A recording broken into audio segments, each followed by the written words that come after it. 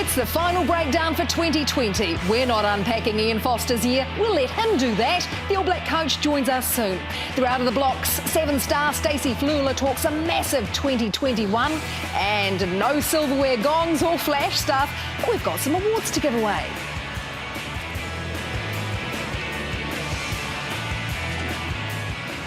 Kia ora koutou katoa, hello and welcome to The Breakdown. We have reached the end of the road for 2020. This is at episode 46.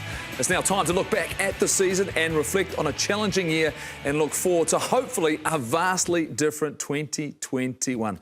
Sir John Kerwin, Mills Muliaina, gentlemen, we've got one more hour here in studio to deliver everything about the rugby this year. But JK, a sense of relief for me that we're in December, we can finally wrap up 2020. Yeah, I want to get rid of 2020 as a whole, I think. The lot. You know, like COVID, you know, we've all got our own COVID stories. The rugby was interesting, Mills, but really there's this trying to get to Christmas. Auckland and the Blues didn't win anything either. That's why he wants out. That's like all types of wrong. You can't go there. Well, neither did Otago or the Highlanders. I've got nothing to skite about, but for you, Mills, it's been a big, big season. It's been huge. I mean, I know we wanted to finish, but where did it all go? I mean, it's actually gone pretty fast, and I know there's been sort of a lot of uncertainty and things like that, but I'm with you. I can't wait for it to end. We're only sort of scraping at the last few weeks to go before it all ends. But there has been some exciting rugby this year, JK. I mean, given the times.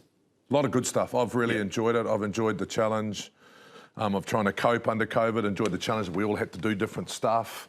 I enjoyed rugby, Super Rugby Aotearoa. It was unbelievable. So lots of good stuff, lots of things that I think we can improve on. Discovered some new talent as well. We shouldn't forget that the fact the All Blacks are going through a transitional period, Mills, and the fact this year some new guys getting opportunities. Yeah, absolutely, and getting an opportunity and sort of saying, showcasing their stuff. And I suppose on the other side of it, there has been some positives. It's given the administrators some time to actually think, well, maybe we do need a revamp of a whole heap of things, So that's given us almost, I wouldn't say excuse is probably the wrong word, but given us sort of the mindset to say, well, we need to look at a few things in our game. We'll talk about that a little bit later on the show. Bernardine is with us as always, and Bernie, we're going to reflect on this season, but World Rugby has been busy and a lot of our great All Blacks involved in this year's Rugby Awards. You are not wrong. Even in retirement, Jeff, Richie McCaw is still winning awards. With 148 tests under his belt, McCaw has won the Men's Player of the Decade for 15s at the 2020 World Rugby Awards. Now, he fended off other nominees Dan Carter, Bowden Barrett, Brodie Retallick and Kieran Reid for the honour. Here's Brian O'Driscoll's reaction to the accolade. I can't believe Richie McCaw managed to make that team. It's kind of flabbergasting, isn't it? Like, literally, there's a few guys that just pick themselves. Oh, he's always got a cheeky jibe, hasn't he? Well, I can't believe Conrad Smith didn't make this side. O'Driscoll made this. Yes, O'Driscoll made the side. I'm not sure, Mills. I look at that. Did I get confused there? Because how could Kieran Reid be a nomination for World Player forever, but he didn't make the side? Maybe it was voted on by friends and family. Portia Woodman, she was starring at the Night Sevens at the weekend. She has won the Women's World Sevens Player of the Decade at the same awards. Now, Woodman won the same Sevens title back in 2015. Talk about longevity. Sudden death drama in the Autumn Cup. England needing extra time in the final against France to clinch the cup, and Owen Farrell's not just been working on his tackling technique. His kicking was the decider in the finale. Eddie Jones's mob hit a blue wall. The resistance, if you will, as the French fought hard, was all locked up at full time, and crunch time came down to the boot of Farrell for the win. Very hard watch for many, I know, but cling to this, French fans. England won by defeating a French team without 25 of their frontline internationals, essentially a reserve team. Just 68 caps between them. Feel better? I do. And shout out to Fiji, who had a challenging Autumn Cup, to say the very least. They finished with some real flair. Nemani Nodolo's hat-trick of tries helping to hoist Fiji over the finish line with a 38-24 win over Georgia. Now, remember, Fiji's Group B matches were cancelled because of an outbreak of coronavirus in the camp. Vinaka boys, well done. Lovely. And what a way to finish the year, an historic first with the Māori All Blacks playing a Moana Pacifica side in Hamilton. It was a taster of what's to come in Super Rugby 2022 and a very proud moment for both teams to be part of what was a very special occasion to close out a memorable 2020. If you haven't seen the two pre-match haka, tell the hairs on your neck to stand by.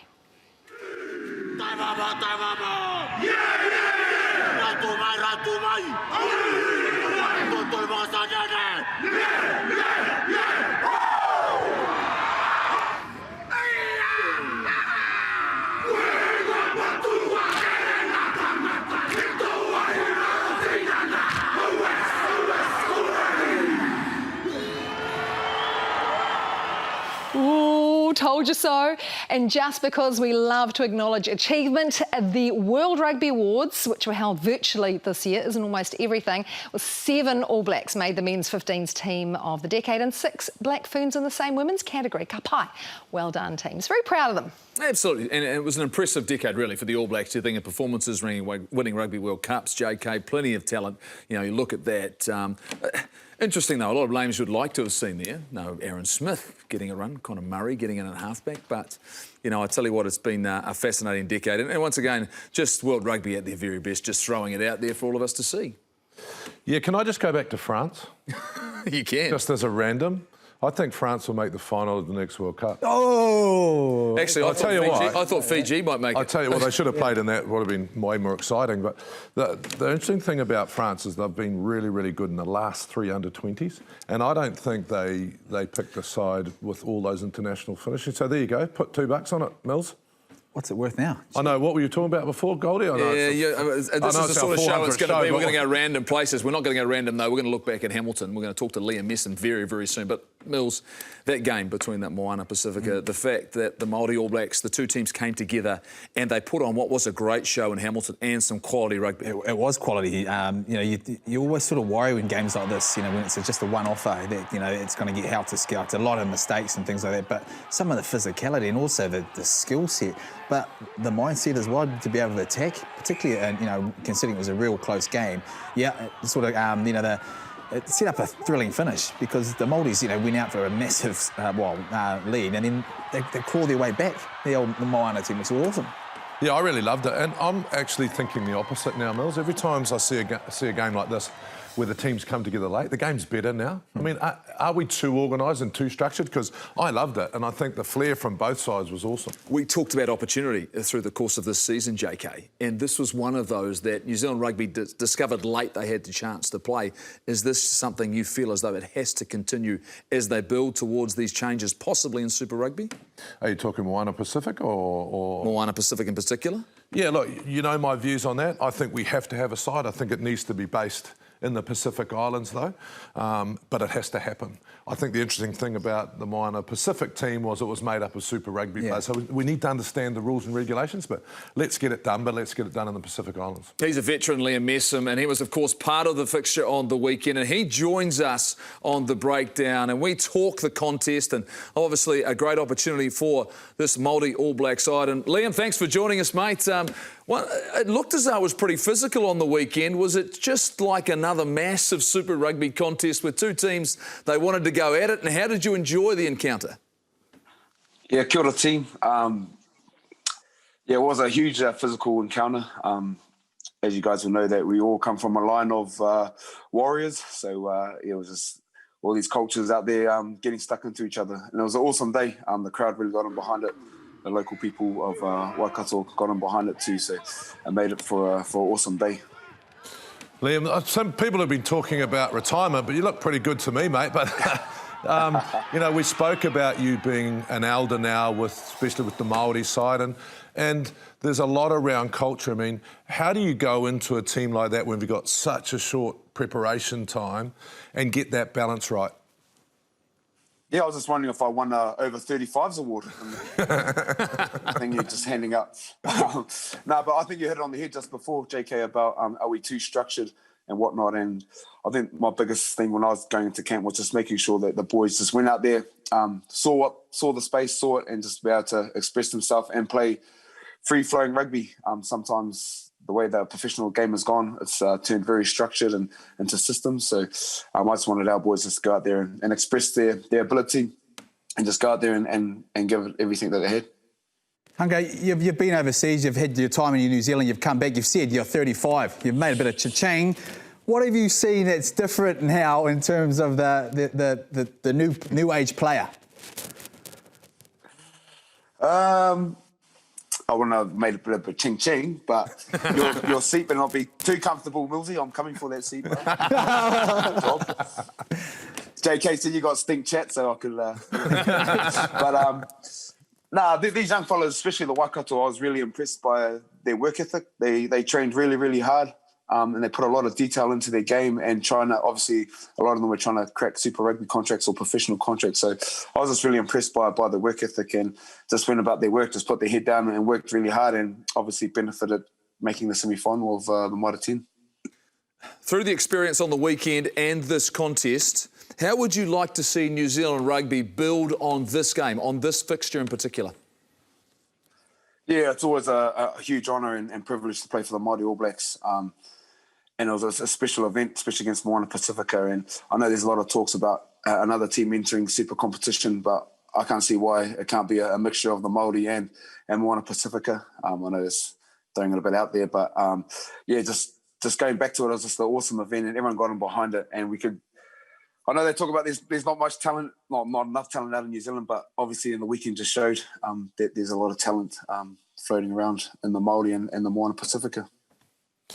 Liam, amazing career. You must be really proud. But I wanted to know what one of your highlights was, maybe outside of the All Black and Chiefs spotlight. You know, you've been a long time around the game. What's some of those rugby highlights you have that maybe people haven't seen? Oh, it's just creating the memories and friendships that I've been able to create around the world. I've been very fortunate to be able to apply my trade in Japan and also in France, and just connecting with players that I never thought that I'd be able to connect, and just through the game of rugby. I've been to places like India for sevens. I would never thought I'd ever play rugby in India. So just creating memories like that is something I'll always cherish, and hopefully I can create a few more memories. You talk about memories, but now it's probably a time that you're sort of looking forward to the next stage of your career. You've got the Tour 10s coming up. You know, what was that all a part of, and what sort of brought that on? Yeah, really looking forward to this weekend and so grateful that Sky is going to be broadcasting it. It was just another opportunity for us as Māori to be proud of who we are and use rugby as the vehicle to go out there and express who we are. And like I said before, you thought the Moana and Māori game was physical. Wait till you see iwi versus iwi. Mana on mana, it gets pretty physical and teams get stuck onto each other. So really looking forward to it. We've got a great backing behind us. So yes, it's another opportunity for us Māori to be proud of who we are and use rugby as that vehicle to express ourselves. Liam, got to ask you, we had the 5 Super Rugby coaches on the show last week. Did any of them come calling looking for you for next year? Be honest. Tony Brown did it, but that was after a few Steinlagers. So, who had the few Steinlagers? Was it you or him? Was it you or him and had a few? He did. I think he created his own party at Tony Brown's house. What's the plan then? What's the plan? What's the plan short term? Short term, I still love to play the game. I'm aware of what I can bring off the field, but I'm also aware of what I can do on the field. And if I was playing poorly and had bad form, then I'd probably call it quits. But I'm still competing.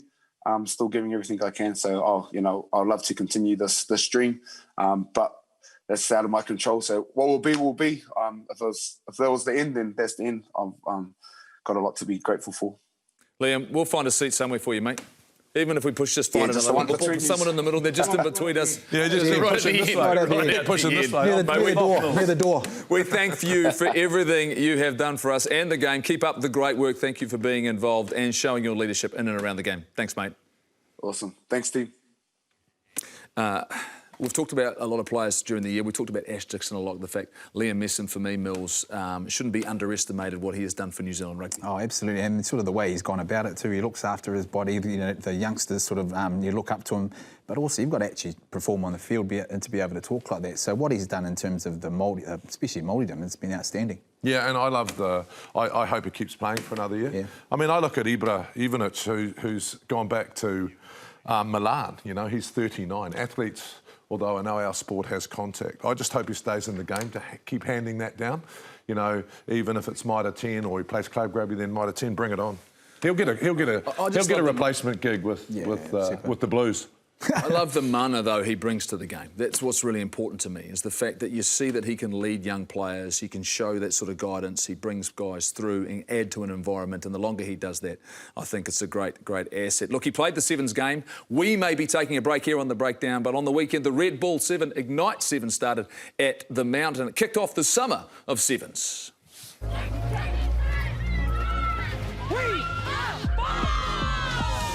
They really bolted out the door this morning. They were really here to show the crowd and the coaches what they're made of. An opportunist try from an exciting young player. To be honest, we actually never talked about winning. I just wanted these girls to understand what Sevens was about, and it's about connection and family. That is perfect Sevens. And the Bolts will take Red Bull Ignite 7 competition.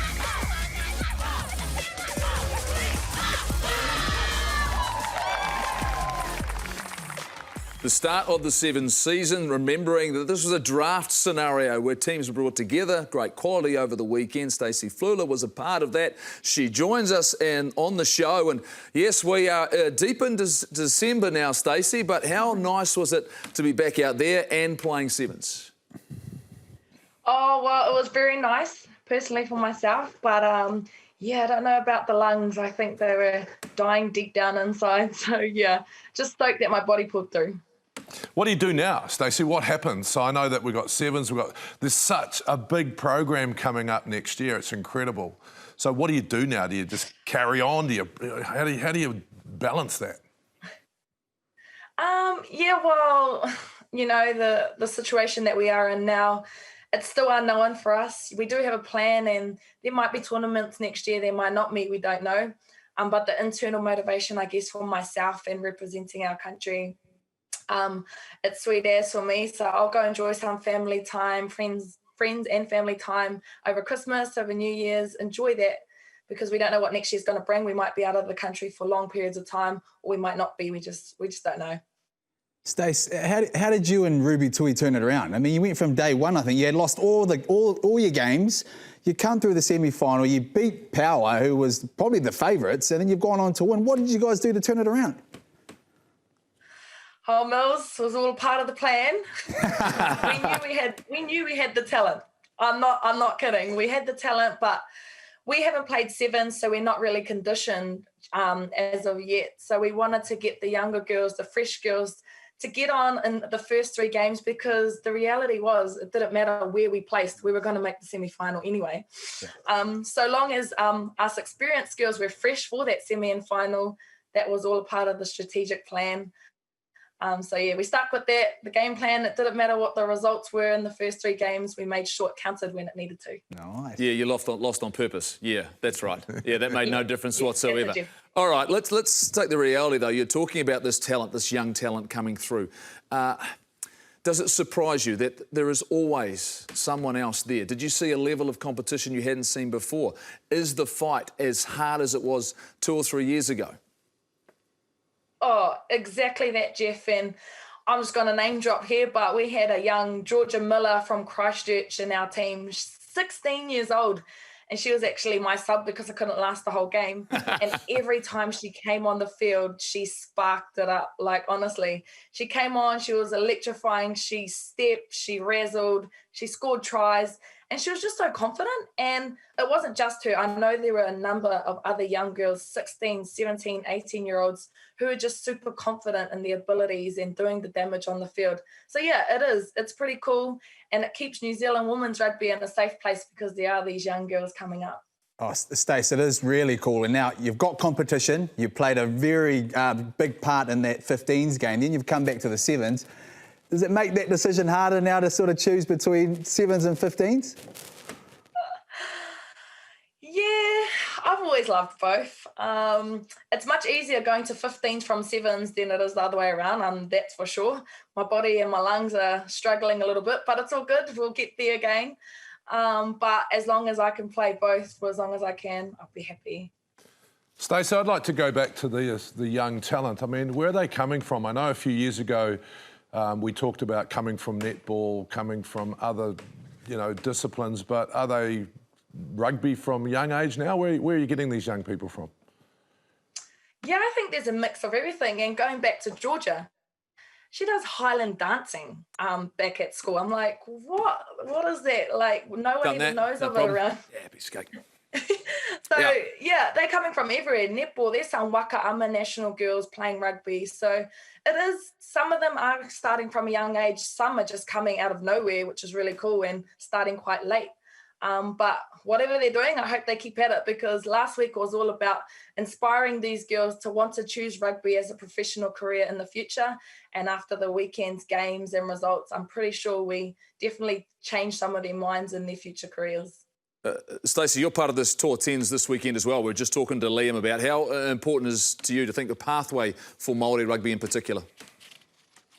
Oh, I honestly think it's amazing, and to get our Māori rangatahi and people connected with their whānau, their iwi, and playing in this 10s tournament is pretty cool, and a pretty cool experience and opportunity for them to represent their people, their tribe in a tournament like this. And I know for me as a Māori growing up with my whānau and friends, it wasn't always about the winner, it was mainly about the big hits or who had the best step or who made the best tackle. So I'm sure there's going to be a lot of banter against the other iwi this weekend.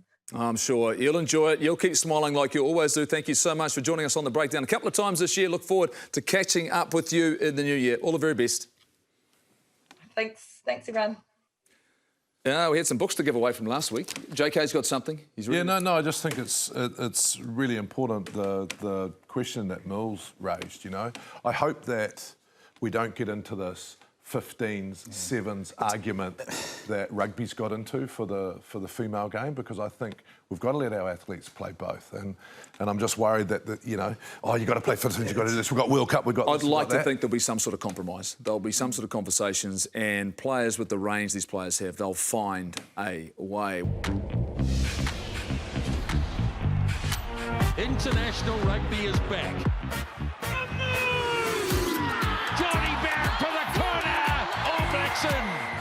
What a huge kick that is! Off the post! Oh my goodness! Oh man, it's close though, eh? Kick off the post. Really looking forward to the next one.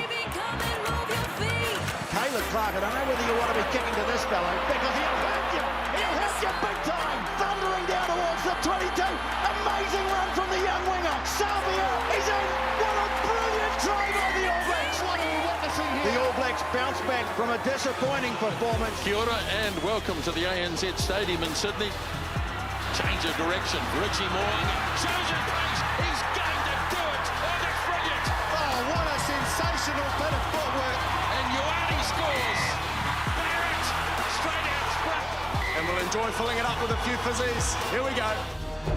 Pretty disappointed that we didn't get the win, but that's footy for you. Bitterly disappointed. He's so dangerous. Definitely hurts losing. This match is a lot about hunger. No loss is easier to flush. It's not nice losing. It's amazing what a week of sport can do. Argentina on the check. Try to Argentina. Wow. Sensational risk reward. Pumas from Argentina have beaten the All Blacks for the very first time. If I tell you what it means, I won't be able to talk. History is created. This is a make or break game. Thriving on the passion of their people. Over the top it goes and goals! Lobs it up. Savia! And Savia scores! And here's another one. Jordan, can he do it again? This is unbelievable. Talk about a couple of touches from the young man. The way the All Blacks finished their 2020 campaign, now they have time to reflect on this season, and their head coach, Ian Foster, well, he's had about a week, Fozzie. You've had a week to, I suppose, gather your thoughts. You're actually looking pretty sharp, clean-shaven. Is there a process you've been going through in quarantine? How are you coping with time on your own, looking back at this campaign? Yeah, no, look, it's been intriguing coming from the intensity of a competitive environment and then going into the solitude of your own thoughts. So it's been a reflective time. It's great. I've got an exercise cycle in here, so I'm working hard to try to get fitter, which has been good, and trying to use the time really, really valuably. Fozzie, you know, the cups are in the cupboard. That was main goal for this year. But what were your biggest personal learnings for your first year in charge? Yeah, good question. Look, clearly it's been a very, very different year for us as a team, for All Black fans. You know, we've come through it. We've finally got some rugby at the end, and then it's just been a 6-test program. So how we haven't really been able to periodise this campaign. It's really been just go and get it. And so there's been a whole lot of variables that have been very different. You know, overall, I'd have to say I'm pretty satisfied with the campaign. I thought there was I thought we showed how good we can be. We won 2 trophies, but there's also the lows, and particularly the Argentinian game that were really, really frustrating. And so it sort of showed that the consistency is missing with us at the moment with this group, and it's something that we're striving for and really are going to work hard to get. But 2020 gave us some fantastic experiences, some fantastic learnings, and I'm sure that Brisbane game and that Argentinian game will hold us in good stead going forward. Fozzie, you talk about reflecting and you look back at some of those sort of moments, but you're a fairly young team, your first opportunity as a coach in 2020. What's give us an insight about one of the proudest moments about this team in 2020 that sort of made you, I suppose, very happy? Yeah, look, in some ways, the big moments, the Eden Park, the Sydney and the Newcastle moments are all pretty high up there. But I think for me, we had 14 players which are either new or nearly new or recently returned to the All Black environment. We had a big squad of 38. We travelled over there in a very unique circumstance, and to me, the blending of the newness and the people who've been there before and the leadership of the group, particularly led by Sam and his leaders, I thought was outstanding. And there was a real movement in our environment and our culture. The new boys brought in a bit of freshness that our seniors were really keen to embrace. And I think we've made some good strides in that space. Some really exciting new talent, Fozzie. I think we spoke about how hard it is for you moving forward. You've got 30-odd test matches till the World Cup. I mean, how do you now start going, got to take some risks, put guys like Hoskins out there? I know you did well putting Hikita out there, but is that part of your planning moving forward? Do you have to take more risk than you'd like? Yeah, well, I think, we did that this year in many ways, JK. Like, I think, and the answer to your question is yes, we do, because the cycle's been cut short, but we've just got to be grateful we got 6 tests. And, if you looked at our objectives this year, we wanted to lock up the Bledisloe, we wanted to win the Tri-Nations, but we also wanted to develop and give some opportunity to some new players. The fact that 12 out of those 14 players actually got game time was really, really pleasing. And I know some of it was a lot less game time than what we would have preferred.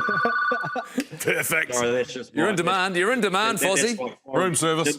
That's my quarantine dinner order covered through. So that's life in the hotel room. But coming back to that, I just felt that we were able to give some opportunity, and that gave us a little bit of imbalance sometimes at selection this year. Like, we made some wholesale changes going into Brisbane, and that clearly didn't work for us. But I really felt that we needed to give some guys opportunity, and particularly you look at the likes of Caleb, Hoskins, Akira. Or talk about the likes of Alex Hodgman as well. Like, there's a number of guys that got regular time. I think that's going to be really beneficial for us. Really want to talk to you, which is great. The fact that everyone's got, they know that you've got something to say. We watched looking some footage of a Will Jordan. But I'll ask Fozzie, is there a singular phase of the game or part of the game you walk away from this season and go, you know what, we need to improve there to be more competitive against the big teams?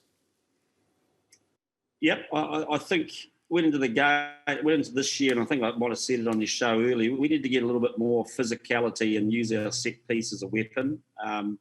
Ironically, our line-out went from number 10 in the world last year to number 1 in the world this year, and I think we saw real positive signs in that area, particularly our driving play off it and the consistency of balls. So we made some big gains in some key focus areas. I think the area that we've got to work hardest on is when teams distract us. In both Brisbane and Parramatta game, we had we struggled with some refereeing, particularly at scrum and the breakdown, and we didn't make great adjustments there. We enabled teams to niggle us off the ball, and that resulted in some patterns and some behaviours, and particularly in our attack game where we got blinkered and we really went to the wrong places. And so we spent a lot of time after that Argentinian game really working hard on what we thought were the cues for us getting into that state, and learning what the opposition and other things do that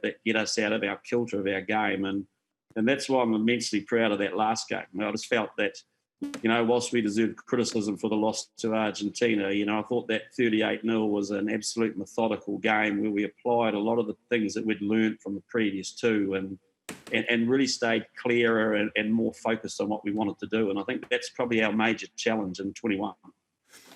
Well, Fozzie, we know it's been a difficult year for you, but you've got time. The phone will start ringing eventually, once again. You get your order in, get back on the bike, because they'll weigh each other and play it out. But, look, I know it's been a challenging year for you. It's great to see you smiling. Enjoy your time off, because before you know it, Super Rugby Aotearoa is just around the corner, and it all starts all over again. Thanks very much for joining us, not just today, but throughout the year on The Breakdown. Thanks, guys. Appreciate it. Well, you mentioned a number of things, and I want to talk about those because Healthspan Elite have a sponsorship with the All Blacks, and in association with Rugby Pass, they asked this question, and it's critical. Powering the fan's voice. Brought to you by Healthspan Elite, the official sports nutrition partner for the All Blacks. That looking forward, this is what we talked about. Do you see the building experience for the 2023 the highest priority for the All Blacks next year? 82% yes. They've already talked about it, JK. They've obviously got it in their mindset. We've talked about it on the show. 30-odd test matches he has to deal with in the next few years. How do they go about that? The hardest thing about being the All Black coach is that our public, us, and the New Zealand Rugby Union demand trophies. We want to keep that high percentage of wins up there. So that does put Fozzie under pressure to get that balance right. However, I would say, if we look back on the loss to Argentina and to Australia, and we won the World Cup, would we care?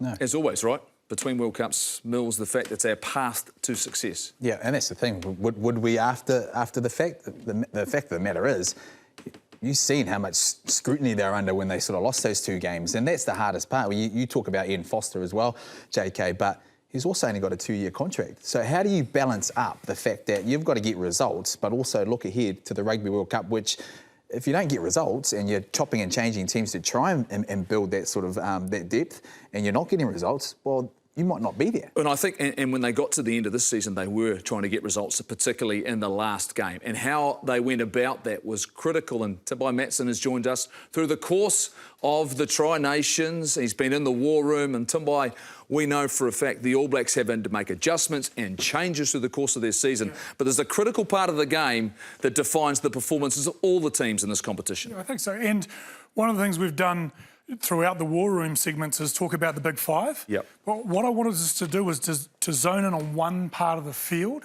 because I feel like when we talk about this part of the field, it gives us a couple of things. It gives us an insight into parts of the game, but also the trends of the game.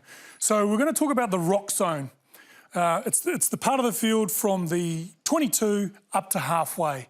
And for me, this management in your own half gives you a real insight into your success. And so many options, you're talking the run or kick zone. Yeah. I mean, so many options teams have in terms of how they approach the game. Territory, keeping the ball in hand, all of the things you have to take into account if you're going to stress the opposition. Yes, I'm going to work from reverse order. So one thing you'll see is, in this part of the field, there's lots of variation. You've got the back three further back, so there's more space. They've got to protect the kicking space. So you'll see lots of different ways of playing the game here, and I think that's really important for the game.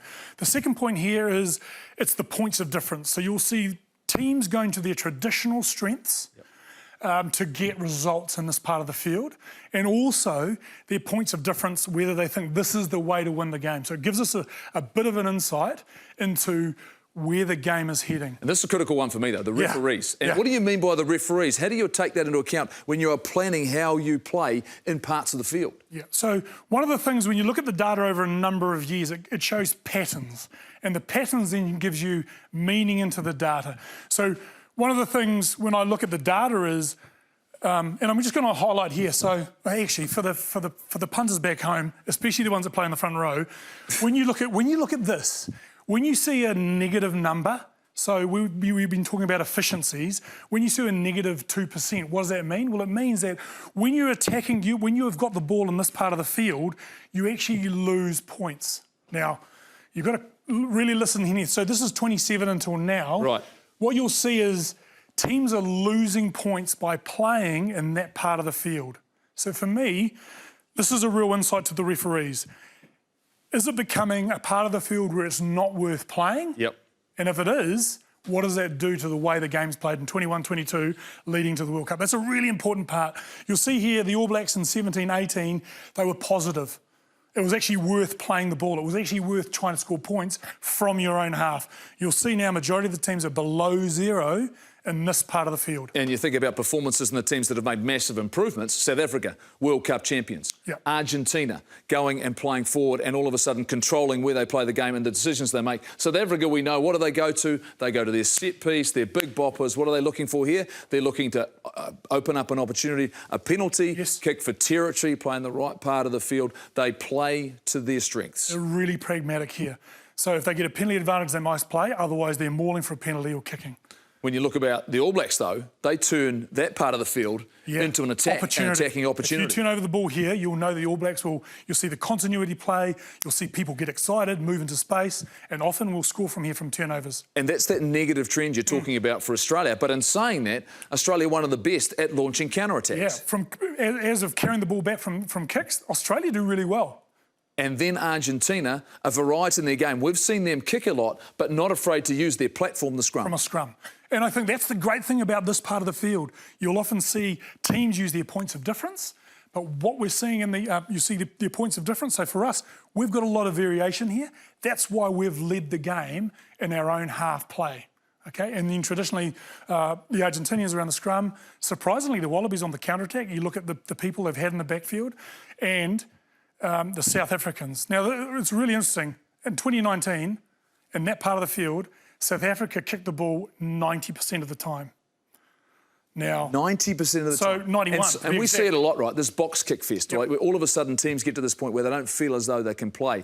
Do you think the All Blacks are that team who are at the moment just not 100% sure how they work their way out of their own half? Well, it was interesting getting Fozzie's insight, and it's great the reflection they've had.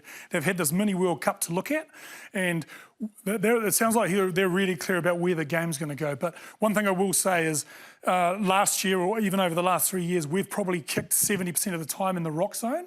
This year, we've moved up to 80% of the time.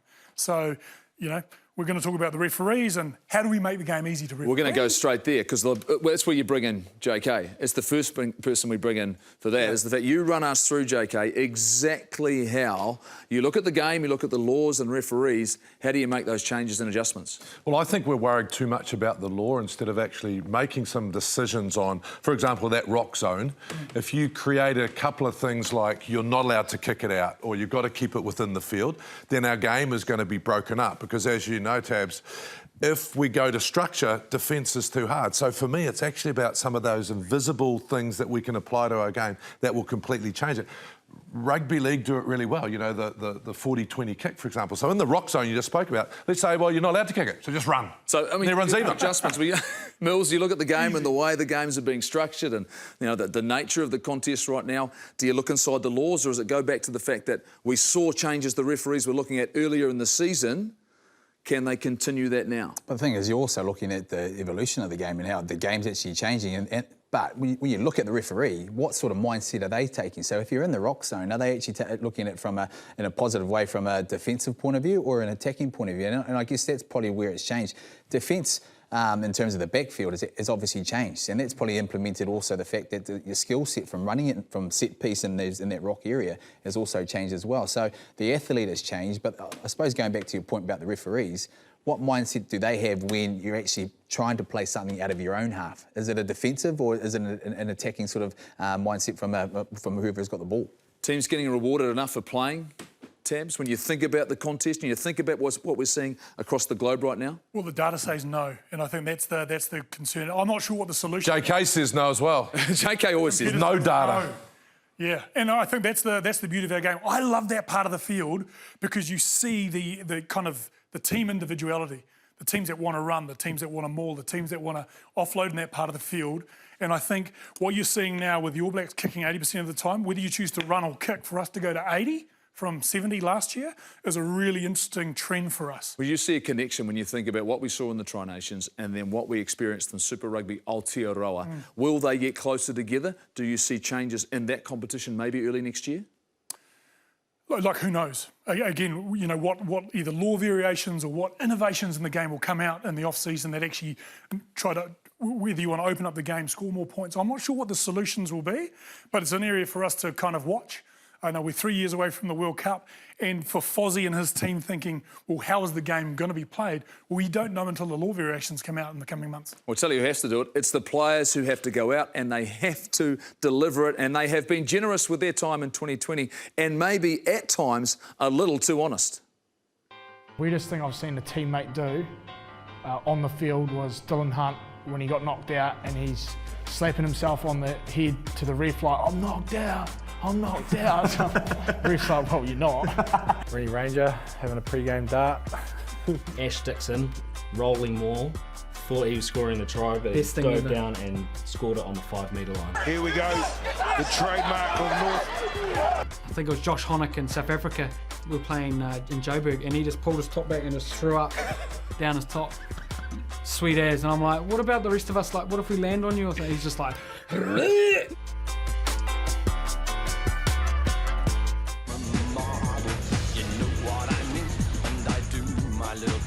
Hey guys, sorry I can't be with you tonight.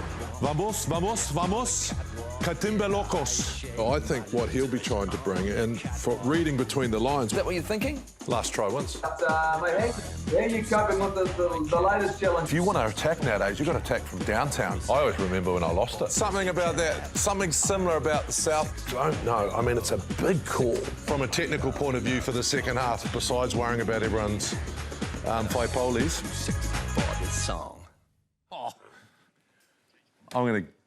That orange beanie just about got this show shut down. Yeah, no. You know that? That was the idea. That was the most controversial thing. That was the most you wanted a break. That was the most controversial thing. I was trying to get the sack again. You were trying, we kept inviting you back. Oh, my Lord, that was tough. We've got awards to hand out here on The Breakdown.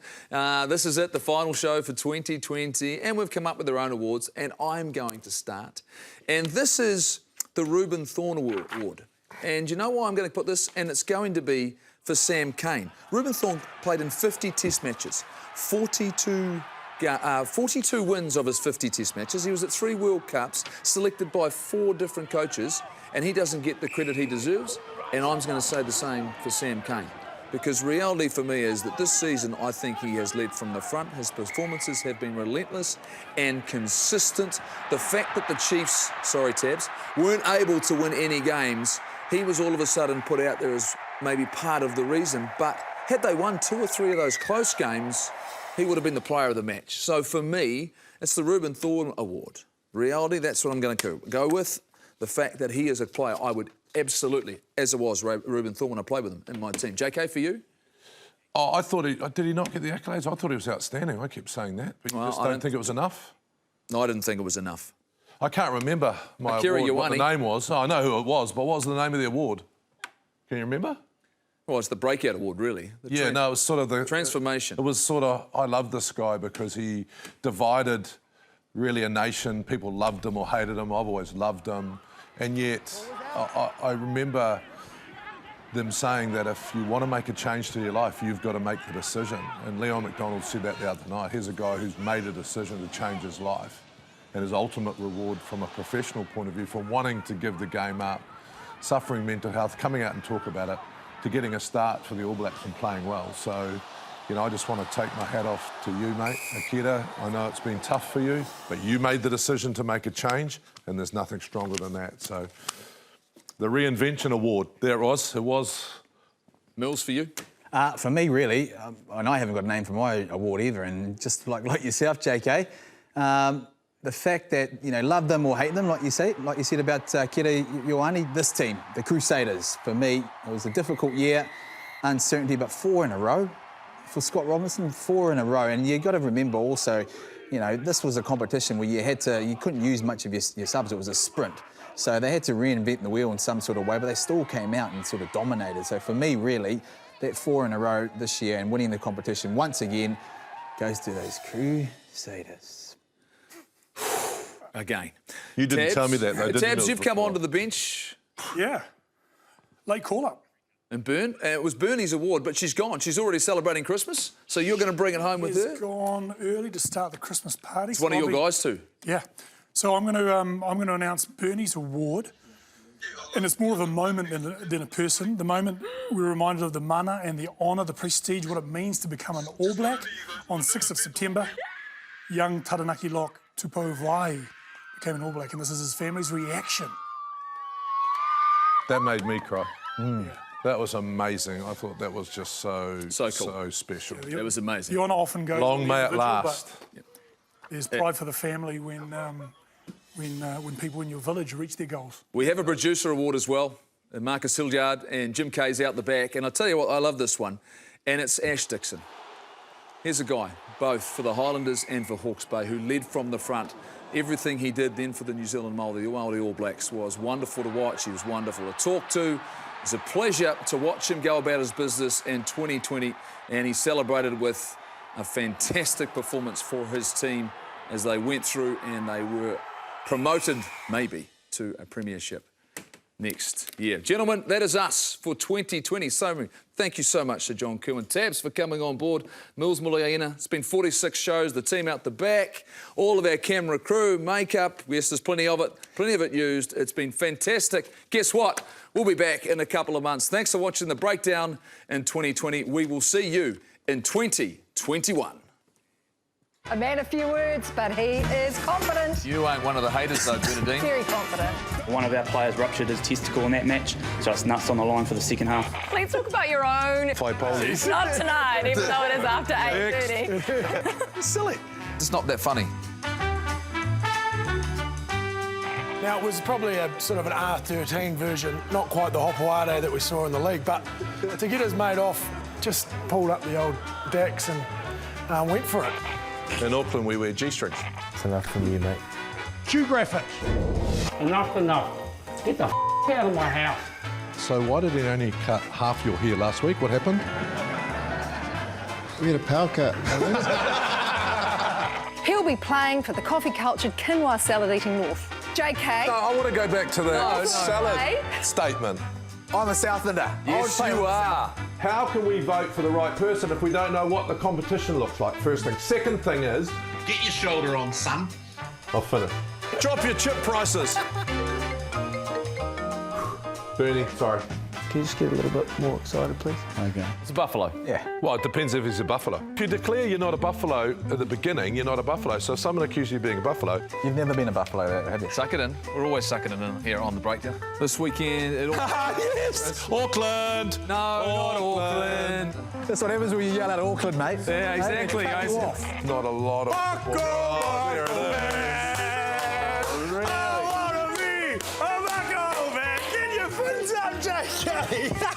I can assure you this is the last appearance on The Breakdown for 2020. We won't be seeing you again on this.